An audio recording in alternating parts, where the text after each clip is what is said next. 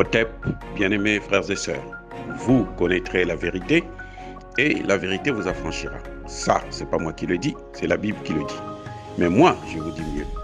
Vous connaîtrez la vérité historique, notamment celle de vos ancêtres kémites, et vous aurez une vision globale de ce que c'est que la vraie souveraineté politique. J'ajoute, vous reviendrez à la spiritualité africaine ancestrale et vous comprendrez les enjeux de l'indépendance économique. Et pour terminer, vous accepterez votre identité culturelle kémite et vous obtiendrez deux choses. La première, c'est la paix. La seconde, c'est le développement, à une condition. L'unité de toute l'Afrique noire, l'unité de tous les Noirs du monde entier.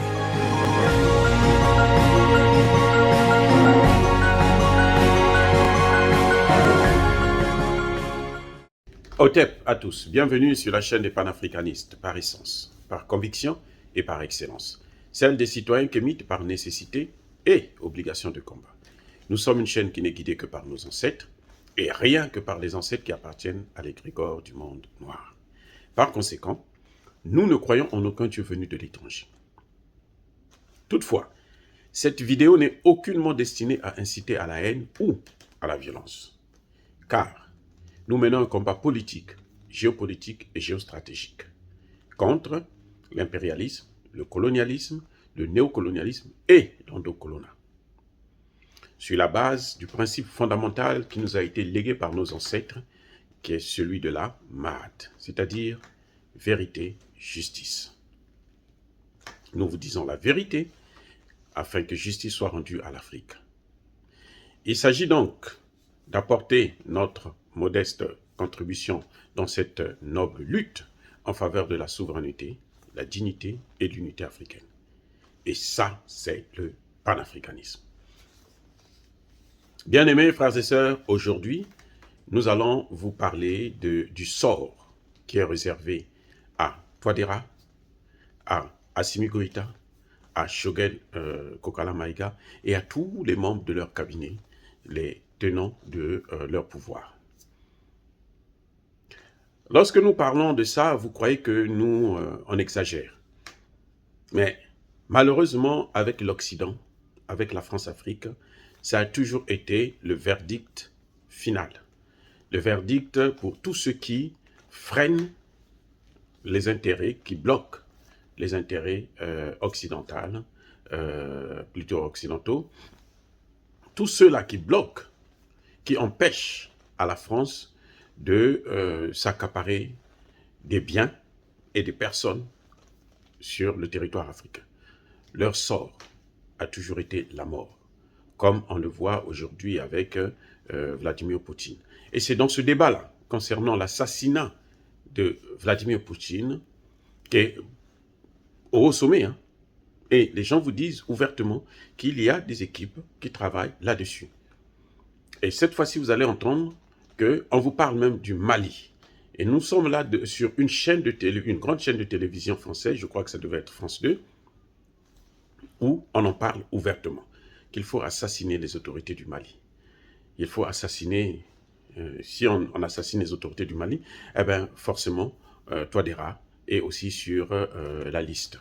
Puis on l'a vu déjà, il a échappé à 2 reprises, 3 reprises d'ailleurs, ça c'est ce que nous connaissons. Mais en fait, c'est pas aujourd'hui qu'ils ont commencé à le faire et ça a toujours été le cas. C'est pour ça que vous avez vu en Afrique, il y a toujours des assassinats des leaders politiques. Maintenant, je vais vous faire écouter ce qu'ils ont dit, ce qui se dit. Ça, c'est au haut sommet de l'État français, ce qui est préparé contre les autorités maliennes. Poutine, ce qui est frappant, c'est que depuis quelques jours, certains l'évoquent même à voix haute. Oui, ça peut sembler digne d'un film d'espionnage, mais effectivement, un ministre des Affaires étrangères européen l'a pourtant formulé publiquement, c'est Jean Asselborn. Pour lui, Vladimir Poutine est, je cite, un bandit et un dictateur, et si le peuple russe savait tout, eh bien, il renverserait le Kremlin. Il a donc déclaré en direct à la radio luxembourgeoise. C'est peut-être tout ce qu'on pourrait souhaiter, que Poutine soit réellement, physiquement éliminé pour arrêter tout ça. Jean Asselborn a ensuite présenté ses excuses, mais en tout cas, le propos a bel et bien été prononcé. Oui, il s'agit du ministre des Affaires étrangères luxembourgeois. Alors c'est vrai qu'il est habitué à avoir des propos souvent un peu tranchants, un peu cash, comme on dit en bon français. Enfin là, tout de même, voilà, ça n'est pas rien de relever ça. Et ce souhait et cette issue est peut-être même envisagé aux États-Unis par cet homme, c'est le sénateur Lindsey Graham. Lui aussi appelle purement et simplement à éliminer Vladimir Poutine. Il explique que la seule façon pour que ça se termine, c'est que quelqu'un en Russie élimine ce type. Vous rendriez à votre pays et au monde un grand service. Mais en France aussi, eh bien, on a entendu d'anciens militaires, et pas des moindres, évoquer cette hypothèse, notamment Christophe Gomard, ancien chef des commandos opérations spéciales, chargé donc des missions les plus périlleuses. Écoutez-le. Alors tuer les dictateurs a toujours été effectivement un des objectifs de certains. Donc oui, il est toujours, c'est une des actions possibles. Voilà. Mais politique, est-ce que c'est envisageable de monter des plans, des opérations pour tenter d'éliminer Vladimir Poutine? Est-ce que c'est envisageable politiquement, au regard du droit international? C'est quand même un chef d'État, donc on y viendra. Mais il y a la question de la faisabilité. Mais avant cela, la question que je souhaite vous poser, Général Pinard-Legris, elle est toute simple. Est-ce qu'il est imaginable qu'aujourd'hui, les services militaires américains, français, britanniques travaillent sur ces hypothèses? Que les gens des services travaillent, écoutez bien, la moindre des choses, parce que c'est ce qu'on appelle une cible à haute valeur ajoutée. Et c'est tout à fait normal, parce qu'on cherche, vous voyez bien ce qui se passe à une autre échelle au Mali, on cherche à tuer les décideurs, les dirigeants, les coordonnateurs. Et donc, de même, en opération, on cherche à taper sur les PC, les postes de commandement, de façon... Donc quand on dit il travaille... Voilà, bien-aimés frères et sœurs, c'était un débat sur Vladimir Poutine, et vous l'avez entendu. Le ministre des Affaires étrangères, luxembourgeois, il dit clairement, ouvertement, à Mondovision, qu'il faut l'éliminer. Il faut tuer Vladimir Poutine, c'est un dictateur. Le sénateur Lindsey, c'est un grand sénateur. Ce n'est pas n'importe qui. Sa parole pèse de beaucoup. Quand il dit qu'il faut éliminer les dictateurs, vous savez, comprenez maintenant ce que ça veut dire. Donc, à partir du moment où une autorité en Afrique est illégitime, illégale, son sort, c'est quoi? C'est la mort. Donc, lorsque nous disons à Touadéra de prendre des dispositions pour faire partir l'opération, la mission des Nations Unies, au Mali, à Assimi Goïta, au Centrafrique, faire partir ces missions des Nations Unies, faire partir ces bases militaires étrangères, ces militaires étrangers-là qui, malheureusement, ont prouvé qu'ils n'étaient pas là pour lutter contre le terrorisme, ni des rébellions, eh bien, c'est à juste titre. Vaut mieux mourir en héros que de mourir parce qu'on veut faire la courbette auprès des Français. On le voit, par exemple, pour le président Touadéra, toutes les rencontres de l'Union européenne, de la France, quand elle convoque les chefs d'État, il est le premier à partir. Alors qu'il sait très bien qu'il n'est pas apprécié chez eux. Il n'est pas du tout apprécié. Je l'ai déjà dit dans l'une de mes vidéos que quand Emmanuel Macron parle avec Poutine tous les jours, ce n'est pas pour l'Ukraine. Non. Le dossier ukrainien, c'est un dossier entre Poutine et Joe Biden. C'est tout. Ce n'est pas avec la France, ni l'Allemagne, ni... Non. Ils ne peuvent rien faire et rien dire. Puisque la sécurité de l'Europe est dans les mains des États-Unis, ça n'est pas dans les mains de la France. Donc, lorsque nous le disons, vaut mieux mourir avec dignité parce qu'on a essayé de faire pour sauver son pays, que de mourir parce qu'on a pris une position et on recule après. Quand vous reculez, là, on vous abat. J'ai toujours pris le cas de Pascal Lissouba, qui au début de son mandat, quand il a été élu en 92, non, il a pris des positions contre la France-Afrique. Après, il est rentré dans la franc-maçonnerie, il a commencé à faire la courbette, mais eux, ils avaient leur homme, c'est Sassou Nguesso qui n'a jamais varié dans ses positions. On va soutenir la France. Tout ce que la France lui demande, il donne. Et puis, il y a quelqu'un qui les a affrontés, qui a tenu tête face à eux. On ne peut pas te laisser en vie. Ce n'est pas possible. Touadéra peut même donner toute la France-Afrique, la Centrafrique à la France. Il ne sera plus jamais apprécié. Qu'il le sache. S'il ne le comprend pas, ça c'est son problème. Mais nous, en tout cas, en tant que chercheurs, en tant que spécialistes de ces questions politiques, nous le disons. On le dit, voilà ce qui se passe. Ils le disent ouvertement sur France 2. Ils disent que il faut éliminer ces dictateurs. Il faut éliminer les dirigeants maliens jusqu'au coordinateur. Donc il y a toute une liste. Ce n'est pas de 5 personnes qu'ils ont condamnées là. Non. Les gens qu'ils ont condamnés là, ça c'est autre chose. C'est la poudre aux yeux. Mais la liste, c'est au moins une centaine de personnes qu'il faudrait liquider là-bas au Mali. Ceux qui tiennent les règnes du pouvoir. Ceux qui ont une certaine autorité.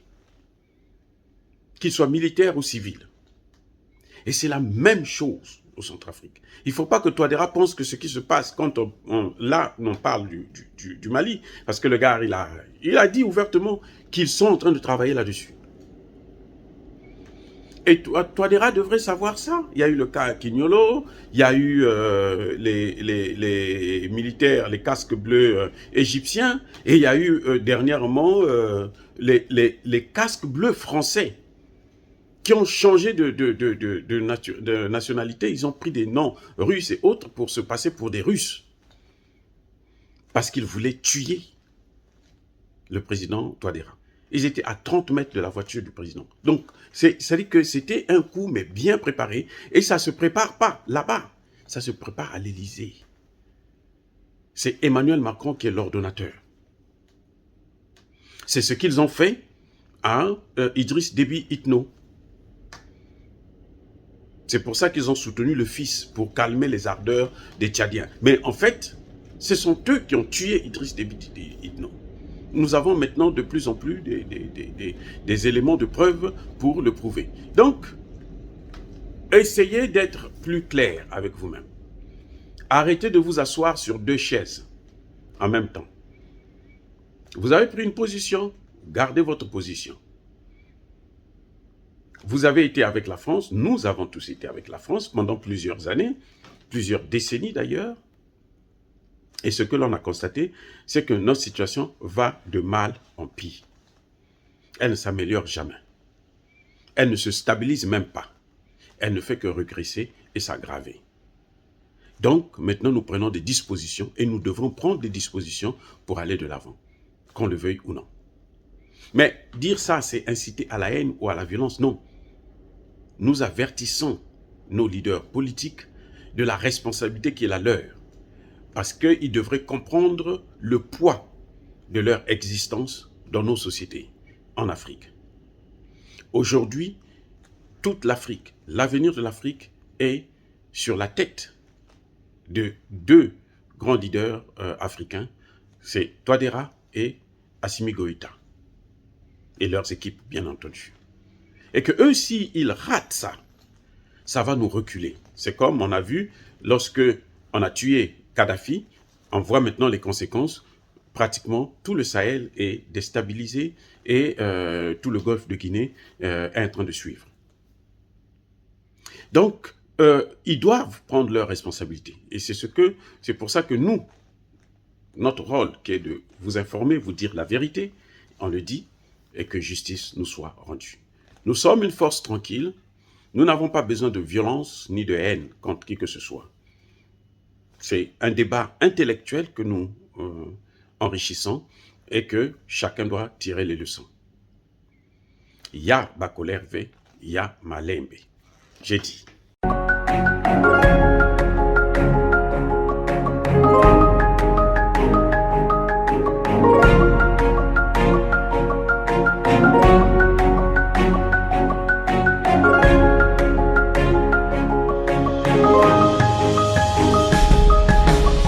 Eux, ils marchent par la foi et non par la vue. Mais moi, je vous conseille vivement de marcher par la connaissance scientifique et historique, notamment celle de nos ancêtres kémites, par les 5 sens et par l'intelligence. Otep, vive l'Afrique éternelle et que Dieu vous bénisse. Abou Apia.